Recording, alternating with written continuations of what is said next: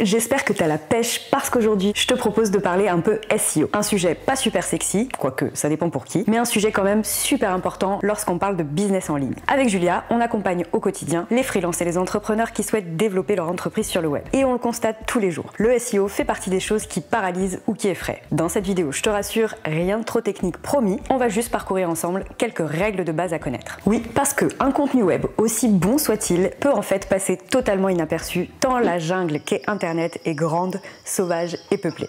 Quand on lance son site web et qu'on n'a pas de connaissances sur les bases du SEO, ça peut être un peu frustrant de ne pas voir ses contenus se positionner dans les résultats de recherche Google. Alors s'il est clair que l'optimisation, ça ne s'invente pas, il existe quand même des erreurs courantes qui peuvent parasiter tes efforts dans ta production de contenu, nuire au score d'autorité de ton site web et limiter tes chances de positionnement. Je te rassure encore, ces erreurs peuvent être évitées mais aussi corrigées, alors faisons ensemble un petit tour d'horizon de ces 5 erreurs fréquentes.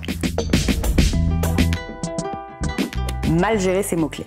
En SEO, l'erreur la plus courante concerne les mots-clés. Et je vais même parler ici d'un groupe d'erreurs qui comprend lui-même plusieurs scénarios de mauvaises pratiques. Premier scénario, ne pas avoir de stratégie de mots-clés du tout. Ici, c'est freestyle total, on cible pas de requêtes particulières, mais du coup, on ignore les tendances et les besoins des internautes. Et du coup, leurs requêtes réelles. Deuxième scénario, être trop ambitieux dans sa stratégie de mots-clés. C'est-à-dire ne pas vérifier et ne pas tenir compte de la concurrence. C'est une erreur parce que plus la concurrence est élevée, plus les chances de se positionner deviennent faibles. En plus, pour un tout nouveau site, sans historique et sans autorité encore, il va être très compliqué de faire la bagarre avec les plus gros. Viser des mots-clés ultra concurrentiels et ou ultra génériques, un exemple, chaussures femmes. C'est donc selon moi une mauvaise idée. Troisième scénario, viser à côté sans vérifier la popularité des mots-clés. En parallèle de la concurrence, il faut aussi prendre en compte la popularité des requêtes, soit leur volumétrie de recherche. Cet indicateur permet à la fois de connaître l'intérêt général pour une requête, le volume de cet intérêt, mais aussi de vérifier si ce qu'on croit que les internautes vont taper dans Google pour effectuer leur recherche s'avère bien être ce qu'ils tapent réellement. Parfois, il y a une vraie différence. Quatrième scénario, faire du bourrage de mots-clés. Je le répète souvent, il ne faut pas confondre optimisation et bourrage de mots-clés. En dehors du fait que ça paralyse totalement la pertinence et la qualité d'un contenu, et donc par extension l'expérience utilisateur et la lecture, la suroptimisation et l'accumulation de mots-clés n'apportent pas de résultats positifs en référencement. Ça peut même nuire aux chances de positionnement. La formule gagnante pour éviter ces différents scénarios, c'est 1. S'appuyer sur un outil d'analyse pour connaître les requêtes des internautes, vérifier la concurrence et la popularité de celle-ci. 2. Privilégier les expressions de longue traîne, soit des mots spécifiques qui viennent former une expression plus longue autour des mots-clés génériques. Elles te permettent de t'exposer à moins de concurrence et d'attirer un trafic plus qualifié. 3. Travailler sur la spécificité du contexte et du champ sémantique autour de ta thématique et de tes mots-clés stratégiques. Ça donne beaucoup d'infos précieuses dont Google a besoin pour comprendre ton contenu et le positionner sur des requêtes réellement pertinentes. Ignorer les champs stratégiques pour le SEO.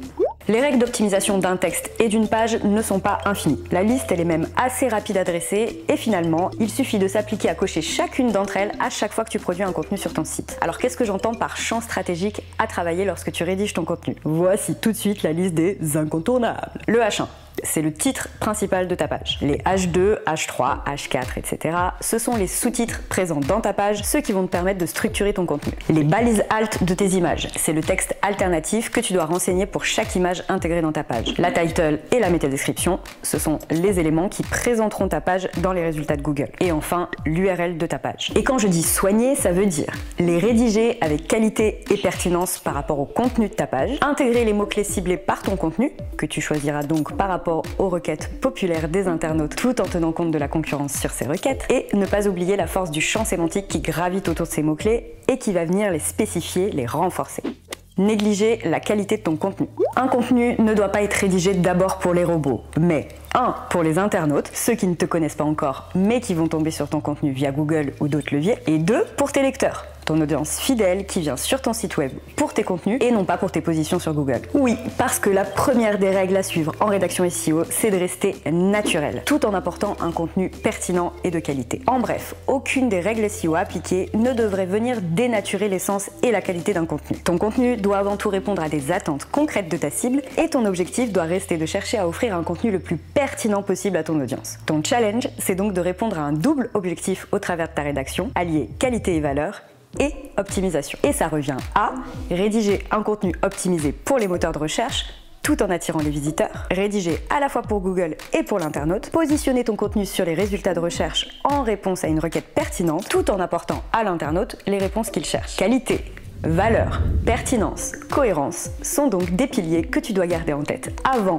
et en même temps que tu penses SEO. De même, toujours selon moi, la qualité prime toujours sur la quantité. Des quantités limitées de contenu de qualité peuvent ne pas réussir instantanément à se positionner ou mettre pas mal de temps, mais ça ne nuira pas à ton site web en soi. A l'inverse, un contenu spam et de masse peut apporter des résultats rapides, mais à long terme, les internautes seront lassés, voire carrément dégoûtés par ces contenus et finiront par déserter ton site web. Ici, il faut trouver un juste équilibre entre quantité et qualité, par rapport à ce que tu es capable de produire de manière constante et par rapport à ce que tu as à dire tout simplement. Mal gérer ses liens.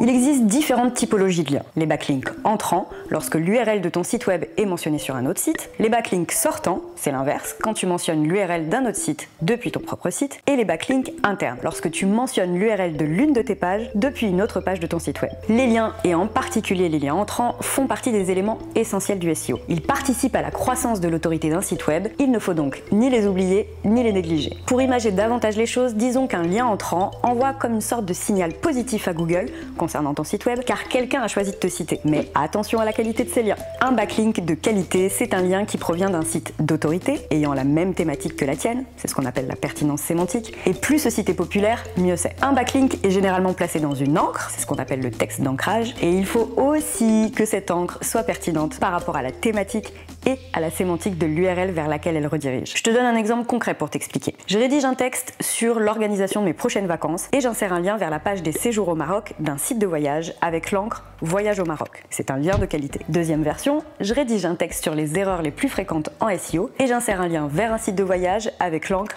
Règles d'optimisation, lien de mauvaise qualité. On en revient donc à la même conclusion en ce qui concerne les liens. La mesure, le naturel, la pertinence et la qualité sont prioritaires. Ignorer l'analyse de données.